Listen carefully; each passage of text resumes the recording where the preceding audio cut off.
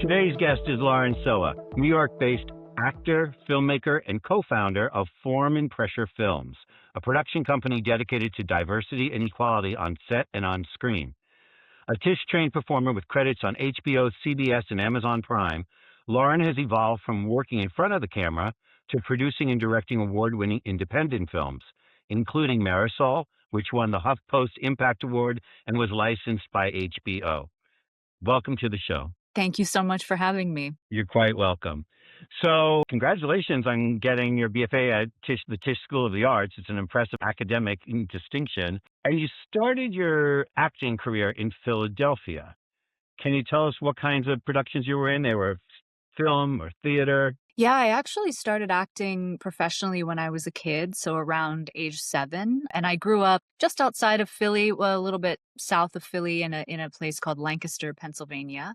Best known for cornfields and the Amish. Beautiful place to grow up. And I was fortunate to start dancing at a very young age and then singing and acting, all, from a place of having fun as a kid. And I guess it was something that I took to naturally. So I started working as a kid, mostly in theater at that time. Then when I went to school, I came to New York to attend NYU, and that's sort of where things really took off. So I'm going to jump right into this because some of our other guests have made this similar sort of transition.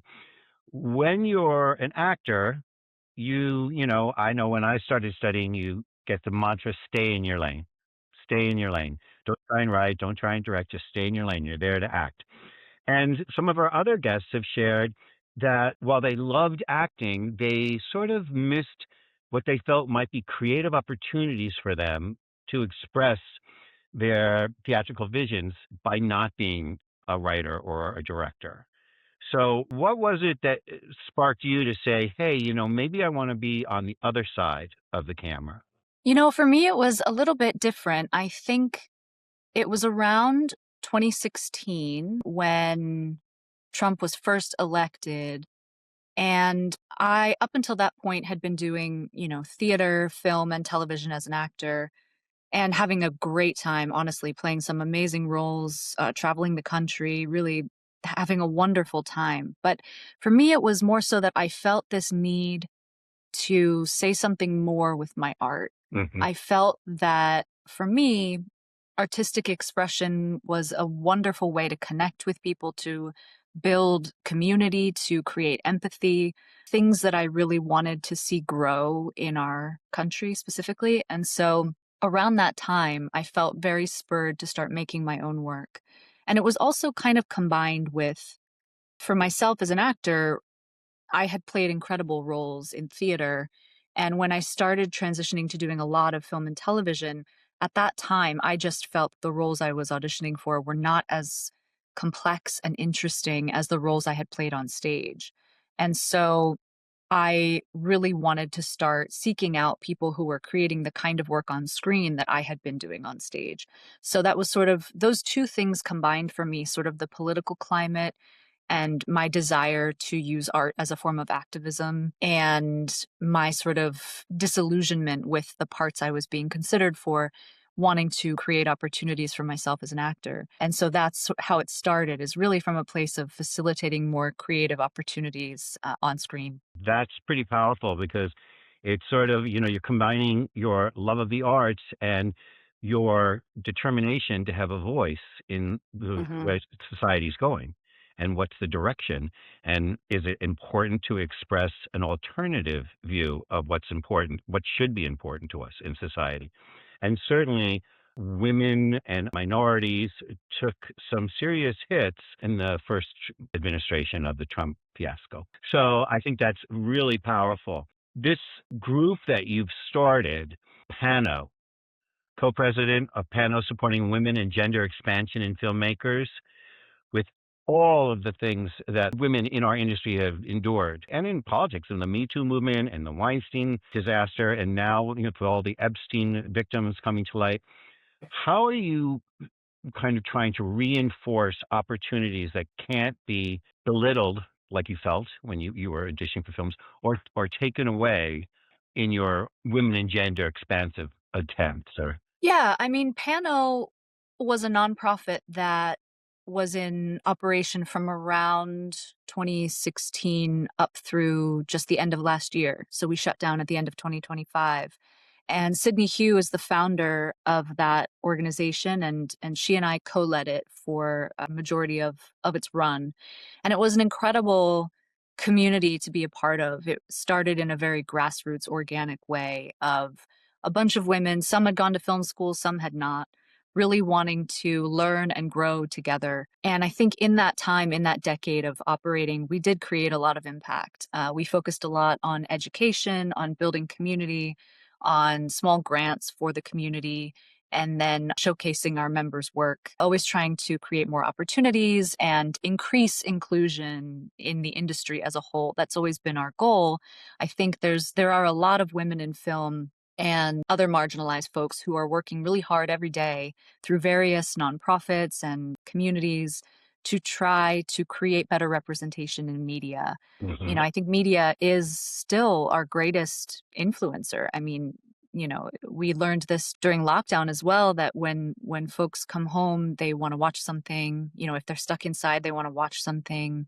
Our work is other people's entertainment. Our work is other people's comfort. And yet it is still not funded well in this country. It is not a real representation of the people who live in this country. So it is, unfortunately, Pano is no longer in operation, but the mission continues. And I Hmm. think the impact that we created continues as well. So now we have thousands of members who were a part of Pano who are out there in the world making their films, hiring other women and marginalized folks. And, I hope that that legacy continues for a long time. I think in a lot of ways we have made progress over the years, but in other ways, some of that progress has gone backwards. So it's an endless struggle. I think I've been trying to de-stress my life in a way, which is kind of hilarious because anyone who's a producer knows that it's impossible. Producing is inherently stressful.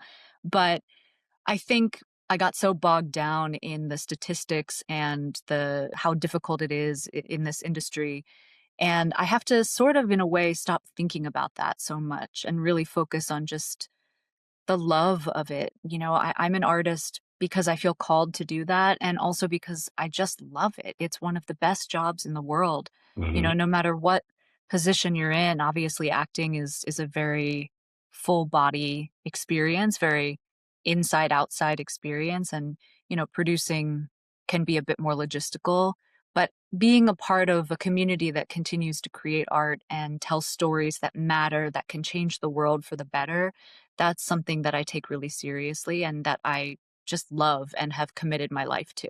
Right. Well, you're absolutely right. I mean, it's not an industry for the faint of heart, and people do it for the passion. And women have been very successful. I would salute you that there's been strides in women getting recognized for in front and behind the camera in our industry. Perhaps because it's a receptive audience for equality. But I think that the Pano, I'm appreciate the fact that Pano made a dent, and I think that it's going in the right direction, though not cross all the societal lines. I did have a chance to view a little bit of Marisol, and that seems like a very powerful film. Can you tell us a little bit about that? In particular, I was intrigued by the main character. Absolutely. Yes. So Marisol was actually the very first film I ever produced. And that was inspired by Trump's rhetoric around immigration back in his first term when he was running. And my husband, Tim, and I decided we wanted to make a film. He wrote the film and I produced it. We hired a wonderful director named Zoe Salikrapunko to direct. And our whole goal in creating that film was to tell a very human story that would hopefully create empathy in the viewer, because what we were witnessing, and unfortunately I think it's only gotten worse, is this sort of dehumanization of people. Specifically at that time it was around undocumented immigrants, but it's only gotten worse now in the second administration. And so we felt this desire to create a piece of work that would show basically a hardworking mother who by all measures is a model citizen, but she's not a citizen. So you see, throughout the course of the film, her going about her day, working with her daughter, And then there's a situation where she has a run in with the police, and it becomes very dangerous very quickly for her, knowing her status in the country. Mm. And our hope was to bring it around the country to different film festivals and to screen it and to start conversations about, this issue, which at the time was a very political issue and still is in a lot of ways. I mean, I don't want this whole podcast to be about politics, but it's very hard to detach art and politics. All art is political in a way, for better or worse. And, I do think that we did create a lot of good conversations at the time, and we were very fortunate to have it licensed by HBO. So it ran on HBO and HBO Latino for 2 years, and that was such a gift because film festivals are wonderful and have, a good local reach, but to have more eyes on it around the country and around the world was incredible. And yeah, that's always the hope, is that your work will be seen and enjoyed and make an impact. You can't control what that impact will be, but that's what I strive for with each film. And I'm very drawn to making work that has some form of social impact. So different themes or, storytelling devices. I try to choose what I'm working on pretty carefully. And yeah, sometimes you just want to put something joyful into the world. Film I made recently is quite joyful, but sometimes you have to speak truth to power, and that's an artist's responsibility. Right. Get the conversation going. So, did you know this is it? This is an award-winning film. This is really going to get traction and have recognition. I don't think you can ever really know. I mean, you make a film and you always hope for the best, but you do kind of make it a little bit in a vacuum, and it's not really until it's out in the world and people are seeing it, that's sort of when the film is fully complete, because the audience, that's why we do it. So I think I've stopped trying to predict things like that and really more so think about what kind of impact I want it to have on the audience. Because sometimes you think, oh, yeah, this one's amazing. And then it doesn't quite hit in the way you expected. And sometimes you think, I don't know about this one. And then it really, really resonates with people. So I think that's kind of cool because ultimately the viewer will decide. And, awards, they come and go and they're nice to have. But what's longer lasting, I think, is what are you saying with your art, and will it have staying power? Will it mean something in 5, 10 years or not? So, one of the frequently discussed topics with my guests for young filmmakers is funding. So, I'm just going to go back to the HBO film Marisol and say, by having that kind of exposure and having that access to greater audiences, did that help you get investors for some of you and I guess your husband's projects? I wish I could say yes. I think it's hard to measure in some ways because I think it lends credibility for sure. An easy way to measure that would be someone sees the film, reaches out, says, I saw the film and here's some money for your next project. That certainly didn't happen. That didn't happen. But I do think that for myself, through producing and then eventually directing and running Pano, I think all of those things combined with, yes, festivals, awards, HBO, etc., and my acting, I think it all kind of comes together to create a credibility that people can trust you, that you have, a certain level of taste or ability or follow through. And those things certainly matter, as you increase your budget levels. Right. But I do think funding is the major issue still. It's unfortunately true even high up in the ranks of things. Like I hear stories of quite famous filmmakers who can't get their films funded. So it's a part of the struggle of living in America where arts are not supported at the government level necessarily. And it's also, I think, a part of, I went to drama school. I studied as an actor. I didn't go to business school. I didn't go to film school. And there's a lot of people like me out there making things and coming at it with a love of the craft and the art form and the storytelling aspect and having to learn the business stuff and the industry stuff on the go. And I think for some people, it's easier than others to talk about money or to ask for money. I do think fundraising is a skill and it's something that can be learned, but it's hard won. You learn by the school of hard knocks. I'm a designer and I was a designer for years before I started my firm. And then all of a sudden I'm a business owner. And I never took a business class, and you have to learn how to run a business once you have a shingle hanging out there for business. So I completely concur with you. I mean, like, yeah, if you have a natural knack for sales, or you speak beautifully, I'm sure you could go into a conference room and hold your own with the best of them. But still, it's the planets all aligning so that you get the right person's ear and you pitch it the right way. And there's so many wonderful Hmm. stories that want to be told, and there's only so many dollars to go around. You speak about making a safe and equitable and inclusive set for women, and that would be like, a life's goal, to like seeing that through so that it wasn't even a topic of conversation. Are there particular instances or situations now that you see that you'd like to focus on or work on with in that regard? Yeah, I think for me, it's about creating a safe, supportive, constructive environment for everyone on set. I think a big way that that can be achieved is simply by having more inclusion, getting as close to parity as possible on set. The whole energy shifts, the whole dynamic shifts in, I think, a positive way. I was at Sundance this year and I went to this amazing workshop that Chloe Zhao led where she talked about being on the set of Hamnet and some of the work that she was doing to create a safe, supportive environment on set. She was leading her whole team through these dream work sessions, these meditation sessions. They were doing dance takes after really heavy scenes. It sounded like she was creating what I aim to create, which is a very holistic experience. Sometimes film sets can be a very rigid, kind of harsh environment. It's a strange thing that we do. We're working very long hours, very long days. It's not really set up for the actor's process. Those of us who are actors certainly understand that. It's very logistic based, it's very budget based. And all of that is necessary for many reasons, right? But how can we create an environment where it's not just the actors who need that space for their art to breathe and grow, but it's actually a better working environment for everyone, from the DP to the grip to the PA to the hair and makeup to, the stand ins. Like everyone feels valued and taken care of.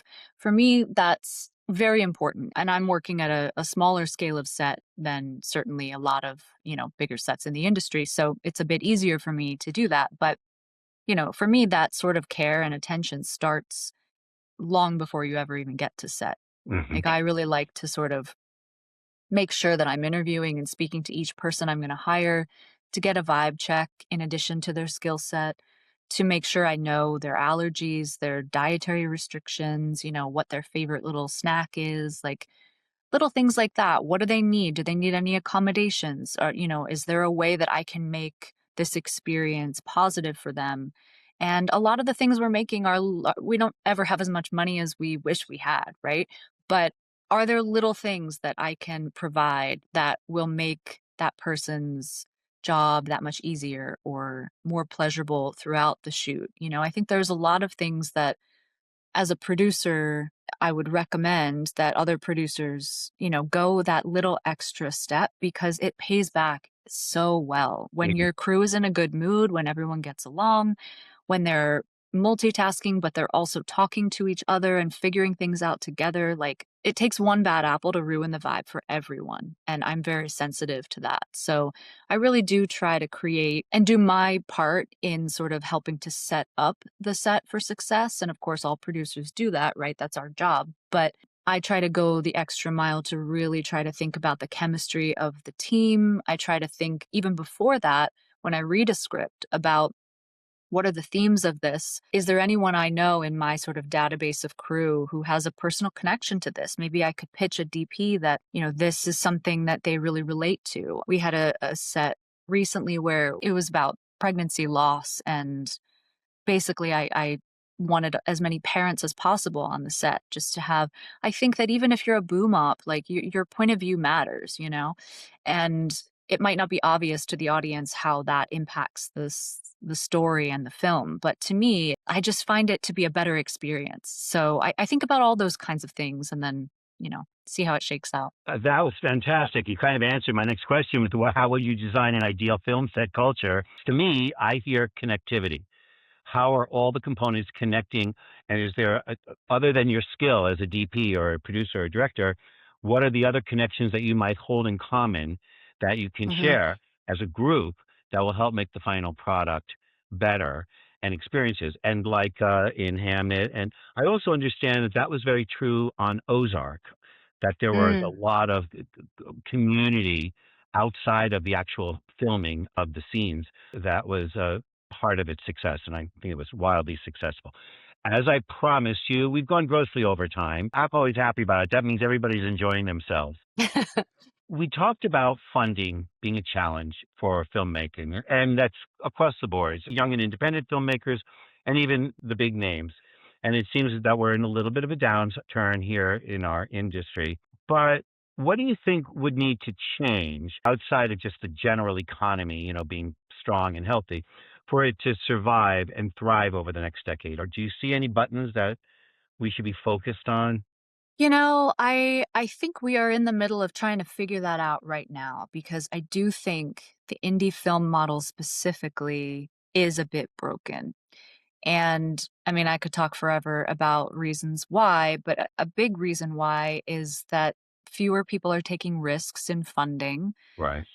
And let's be frank, the wealth disparity in this country is such that a lot of people just don't even have the money to put into the arts if they wanted. Back in the day, we used to have patrons of the arts, and I think we need a resurgence of patrons of the arts. And beyond that, I do think that the industry is trying to figure out a way to operate in a more affordable way. Hmm. I am very pro-union. I'm a union member myself. I belong to SAG-AFTRA and Actors Equity, the stage union. So I often hear a lot of people complain about wages being a problem. To me, that's not an acceptable cut. I'm very pro-union.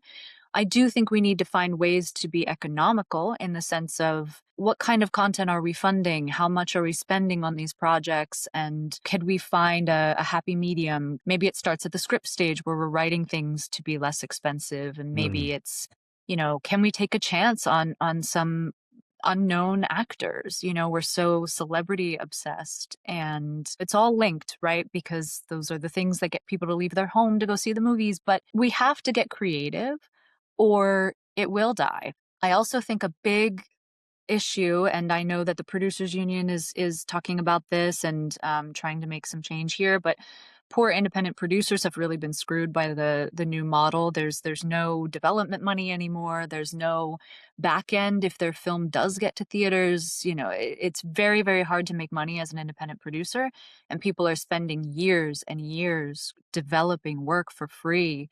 And it's almost become that you can't be in this industry unless you are somewhat independently wealthy, or Right. you have another job, or you do it for the love of it and you often suffer because of that. So I think, there are a lot of things that need to shift. And I think until our country recognizes that this sort of late stage capitalism that we're in right now is really an issue, I Mhm. think a lot of things could be solved with everyone having, government subsidized healthcare. Like if we had healthcare for all, that would create less expensive unions, it would create less expensive production. There are a lot of things that I think, again, it's like one string and then all these things unravel the knot, but the knot right now is very solid. It strikes me that we have been in this slump for a couple of years, and there's no indication that we're going to get out of it for a couple of years. And I wonder what that's going to mean to the quality and the quantity of theatrical productions in 20 years. Are we going to have a 20-year gap of talent that's been seasoned and experienced along the way? And how will that reshape what our art craft is looking like, what it's going to be? To end on a hopeful note, I do think that, with challenge comes creativity and inspiration. And so while we are in a tough time at the moment, and certainly we didn't even touch on other scary things like AI and the future, but I do think that encourages humans to do what we do best, which is create. We were not put on this earth to toil forever. We're here to tell stories and be in community and take care of one another. And I really think that we're going to see a resurgence of independent film. We're going to see incredible innovation that is human made And I can't wait to be a part of that and witness all of the cool things that people make. Right. Well, you know what? We'll have you back and we'll talk about AI and those other things the next time. Oh, yeah. I'm sure that a lot of the comments that we'll get will be about insightful commentary about where we are, how you got there Mm, with all of your accomplishments, but you still face similar challenges as other people, but you have a very positive outlook, but you're very realistic at the same time, which I love. yeah.